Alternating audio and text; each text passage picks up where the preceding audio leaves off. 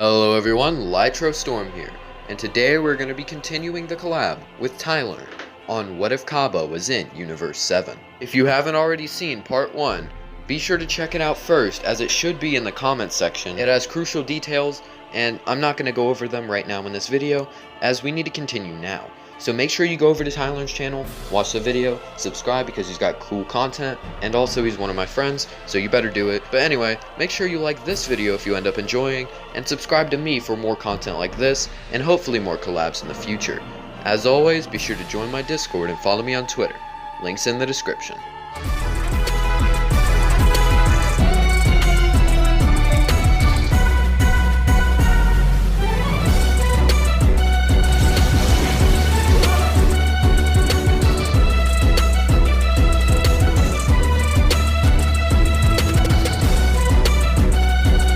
Under Whis, Vegeta and Cabba get much stronger and unlock Super Saiyan God before Goku even shows up.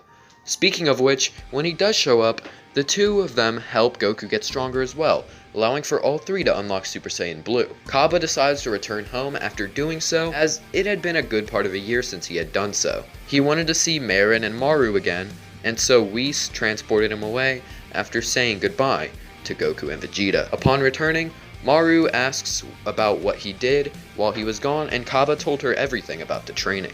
A few months later, Frieza would arrive with his new army. Cabba shows up along with the Z-Fighters and sees Frieza, remembering his betrayal. The two would battle as the rest of the Z-Fighters fought his men. Their bases would be close, with Frieza having the edge due to Cabba not spending the entire time training. Cabba used Super Saiyan to overpower him, and Frieza then went golden, which allowed for Goku and Vegeta to show up. Cabba continued to fight though, using Super Saiyan Blue. He was losing to Frieza, and that's when the Emperor changed his opponent to Goku. Goku went blue and also fought Frieza, so now when Vegeta fights him, he is going to easily beat him until he loses the golden form. Frieza then tries to blow up Earth, but Cabba uses Super Saiyan God and fires a Gallic cannon to kill him. He had taken Frieza out as payback for his betrayal. The Universe 6 saga then happens, and Cabba goes instead of Majin Buu. He passes the test with everyone else, but Goku still wants to go first. He eventually loses to Frost after beating Botamo, but Cabba notices that it was odd, wanting to fight next. He goes in and doesn't hold back as much as Goku did, using Super Saiyan God to easily bat Frost down and take him out of the arena, stating that he is just like Frieza. Cabba then takes on Vegeta and overpowers him with God as well, although he worked his way up to that point with the other forms. He then has to face the Saiyan of Universe 6, Caulifla. Caulifla would be replacing Cabba, since he wouldn't be here as he's in Universe 7. Champa still wanted a Saiyan though, since Goku and Vegeta were Universe 7's top fighters, and so he sought Caulifla out. Caulifla is very cocky and determined, unlike Cabba, so she demands Cabba teach her Super Saiyan. He agrees, telling her to channel her rage and use it as a weapon. She does so and eventually transforms. She attacks Cabba, but he bodies her, telling her to aim for grade 4 as it could help her with the energy drain. He then uses said grade to beat her. Cabba would then move on to Hit, who he would use Blue for once again. He fights him but ultimately ends up losing. Vegeta, seeing his student fight, pays very close attention and notices that something here is not right. Vegeta then tries to overwhelm Hit by using Super Saiyan Blue immediately, but Cabba tells him not to, so he powers down. Instead of fighting in base like Goku, he fights Hit in Super Saiyan 2, trying to get an understanding of his secret. Eventually, Vegeta realizes what it is and counters it. He manages to finally hit Hit and laughs, going blue. He announces that he has found out his trick, and with this power and this knowledge, he should be able to win this. He fights off against Hit close to how Goku did in canon, and eventually manages to knock him out of the ring, though he is extremely drained. Vegeta reverts back into his base, and Goku is sad because he didn't get to go all out, but Cabba reminds him that they're fighting to keep Earth, not to have fun. That's just a bonus. Universe 7 keeps their Earth and wishes to restore Universe 6's Earth with the Super Dragon Balls. Now we move on to the Black Arc. Cabba can't go into the time machine with them, so all that changes here is Vegeta and Goku are stronger, so Black will get stronger faster. Moving on to the Tournament of Power, which is going to take up most of this part, Cabba is recruited for the preliminaries instead of Buu, and Piccolo in place of Gohan. He didn't get to fight last time, and Gohan's maximum is his Cell Games counterpart, so not really going to be useful. Piccolo and Cabba both body their opponents, and then comes the recruitment part. which will be partially different from in canon. The roster will still consist of Goku, Vegeta, Piccolo, Gohan, Krillin, Tenshinhan, Roshi, 17, and 18. So we're only swapping Frieza out for Cabba, which I guess is another way Cabba gets his revenge. However, Gohan's power and Piccolo's is much different from in canon. Upon his canon counterpart, training with Piccolo, he reaches a crazy strong level, making him comparable to some forms of Goku. However, in canon, that Gohan's max was Ultimate Gohan from the Buu Saga. Here, it's grade 4 Gohan from the Cell Saga. Huge difference. So Piccolo's training is only going to do so much, definitely not going to make him as strong as he was in canon. However, I think that because of Gohan's humiliating defeat by Togama in the Frieza Saga, he will still train with Piccolo before the Universe 6 Saga, and then will seek further power. He has Piccolo talk to the Supreme Kai about letting him train with him, and he agreed. One day, he brought Gohan to the planet of the Kais and let him train with the Z-Sword. He would be able to lift it, as he would have unlocked Super Saiyan 2 whilst training with Piccolo. He and Piccolo then trained with the sword for about a day, eventually breaking it on a block of Kachin. The Elder Kai comes out of the sword and offers to unlock whoever released him's potential. This leads to Gohan getting the ultimate form. Piccolo also decides to do the same, and the two return to Earth. So he's going to be much weaker than in canon, but at least he still has ultimate, and so does Piccolo now. So now that we have our roster, let's get into the actual tournament. I think Cabba would be with the other half of the team trying to stick together, while Goku, Vegeta, and the androids would dip immediately. Krillin would still be knocked off the ring by Frost, who would be seeking revenge on Cabba. The two fight, but once Cabba goes into Super Saiyan God to mirror Frost's previous defeat, he easily knocks him out of the ring. This means Roshi wouldn't go out trying to use the Mafaba on Frost, and unlike a bunch of my other what-ifs, I don't think he would use it on Ribrianne either. I think Cabba would see Vegeta struggling with Ribrianne and jump in to help. The two Super Saiyans would have some banter while fighting off against her, eventually knocking her off with a duo attack. Cabba asks Vegeta for a high five, but he leaves him hanging.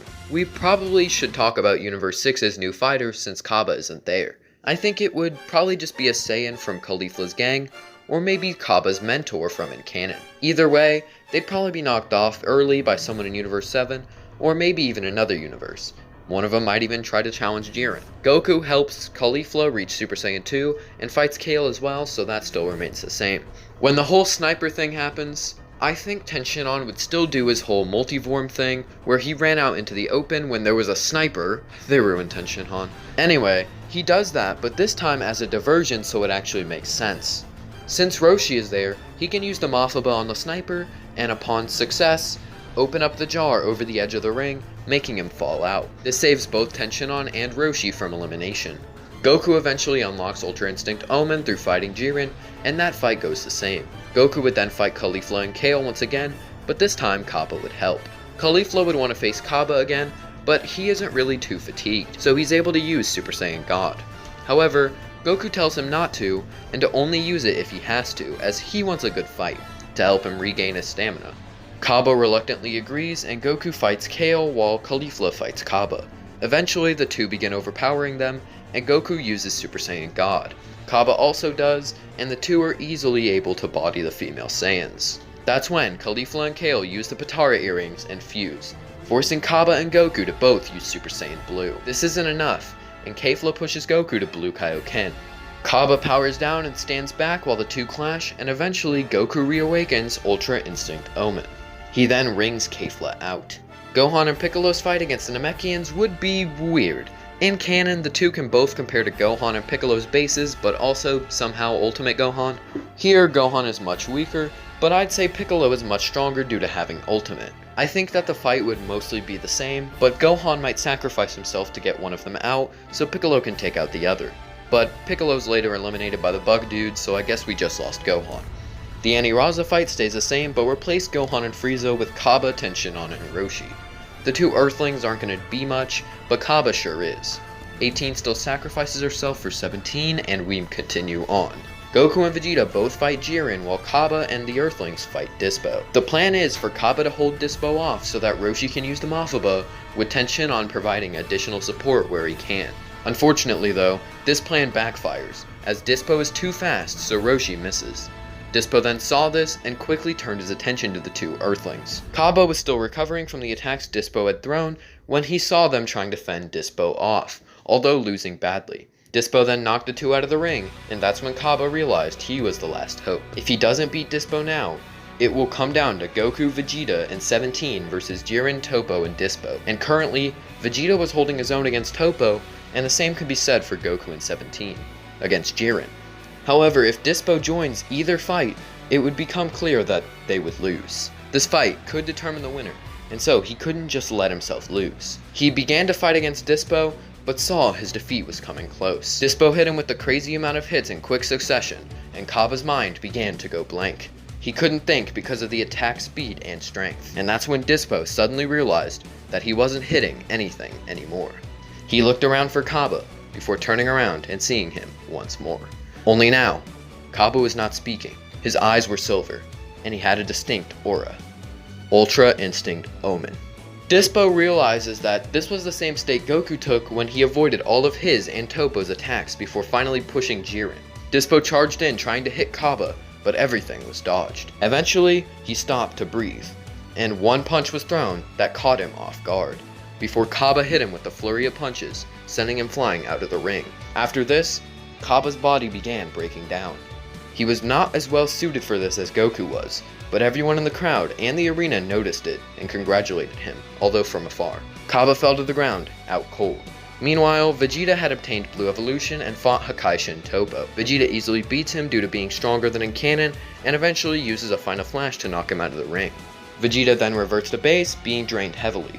He went to go find Cabba and eventually found him unconscious on the ground. He then sat next to him, trying to rest his body, but also ready to defend his student if he had to. As that's happening, 17 sacrifices himself against Jiren, but Jiren makes it through this, and Goku tries to instant transmission to Vegeta. He tells him that they have to work together even if they're fatigued. If they lose, then Cabba can fight instead, but it won't matter if they lose now. Vegeta accepts this and runs off with Goku to try and savor their energy and lead Jiren away from Cabba. The two run around the arena, splitting up with Jiren trying to catch up. He eventually cut Vegeta off and knocked him to the ground. Goku saw this and rushed over to hit Jiren in the face with a punch. This did nothing, and Jiren took his other hand and hit Goku into the ground as well. The two went Super Saiyan Blue, as they didn't have enough energy to go any further. They fought against Jiren, but to no avail. The two weren't enough in only Blue, and Jiren prepared to eliminate Vegeta, and so he gave his last bit of energy to Goku. This fueled Goku a little bit more, but it still wasn't enough. Luckily, that's when Cabba showed up once more. He used Super Saiyan God to try and regain his strength as well, but 2 Super Saiyan Gods would not be enough to stop Jiren. Goku tries to push it further with Blue, and so Cabba gives him his energy as well, but it still would not be enough. Jiren slapped him away, reverting him into his base. However, here is when Goku awakens Ultra Instinct Omen for the 3rd time. Cabba smiles as he watches he and Jiren square off again. Eventually, Goku gets pushed to reach the true Ultra Instinct form. He then begins pummeling Jiren, though he taps out a bit faster than in canon. Once that happens, 17 returns to help Cabba while Goku recovers. The two are able to hold Jiren off like Frieza and 17 did in canon, though Goku wakes up and helps in the fight. This time, Goku and Cabba both rush Jiren and knock themselves out of the ring along with him. 17 then wishes for all the universes to be brought back. This happens and the gang return to Earth. Next is the Broly movie, which would be just like it is in most What Ifs where Frieza isn't brought back. Let's get through this quickly. Berry Blue takes charge, searches for new recruits, finds Broly and Paragus, brings them to Earth, they fight, but she can't kill Paragus, so Broly stops, and then the two go back to Vampa. Sorry, I've just said this ending and so many what ifs, it's just gotten sad. Anyway, that's the end of this collab. Hopefully you all enjoyed the story, as I definitely did, and it was cool to finally do a collab with Tylearn. We've been talking about it forever, and so it finally happening is pretty great. Anyway, make sure you go subscribe to him as well as me if you enjoyed the videos. But as always, tell me if you liked this collab, comment your requests for future videos, and subscribe. Thank you for watching, have a great day.